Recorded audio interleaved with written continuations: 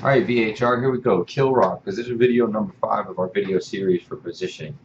Starting off with KD. KD is KIllrogg, Deadeye, right? And then I also have written up their spawn, alright? And then you have your tank at a position which is going to be around 7, 8 o'clock, trying to intentionally force him to make sure that he's putting his ground effect for going into his mind's eye in a direction that's directly close to red. Now, when the raid leader's breaking up the team, what they want to do is make sure that they have the necessary range on each side, 2 designated healers on red, try to get a healer or 2 to blue, and then naturally have as many of the team members involved that you can of melee in rotation with at least a healer. So 2 melee, 1 healer. If you don't have that combination, any 2 plus a healer can go in.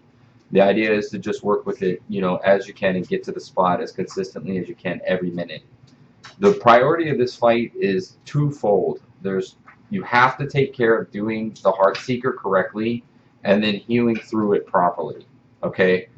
When we take the HS, we want to make sure that we're always rotating it directly towards orange into the back of the room in a clean stack as we can. Just like in other mechanics that we've seen, the idea is to be neat with it and put it as far back as we can. That's why you leave the center of the alleyway completely open, and the team is divided up on each side, kind of in general forming a triangle between the targets.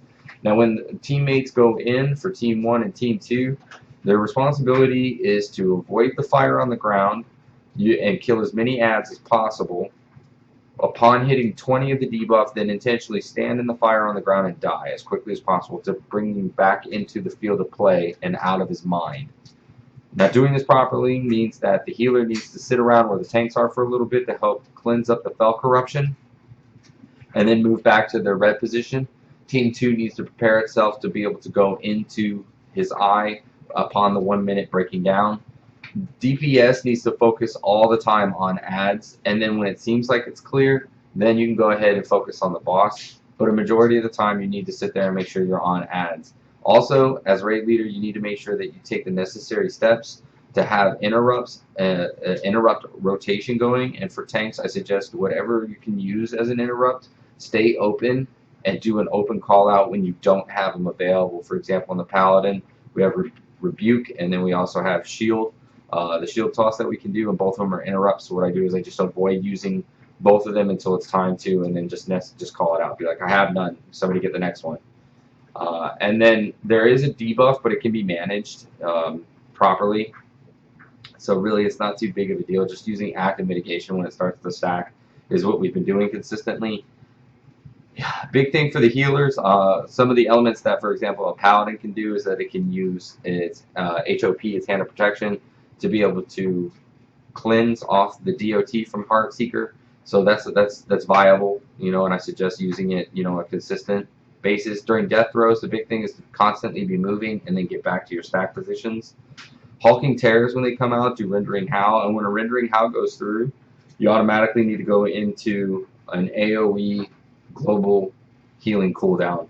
So I would suggest as raid leader that you have that set up too. Like you have a shaman, you have a druid, or whoever. You just boom, you hit it as soon as it happens. If it goes through and somebody misses the interrupt, and that's it really. You have to stay on it and have to be with it as quickly as you can. If you end up getting 2, for example, Rendering Howls active from the Hulking Terrors, it's pretty much a wipe. So you got to be on top of the Hulking Terrors consistently. And work through the strategy in a triangle formation properly. The teams have to rotate through too. Really, a majority of the DPS ends up coming from the DPS that ends up getting the 100% debuff. So it's essential that you rotate through properly and pay attention to DBM during those time frames. If you have any questions at all, please comment below, and I'll see you on the next video.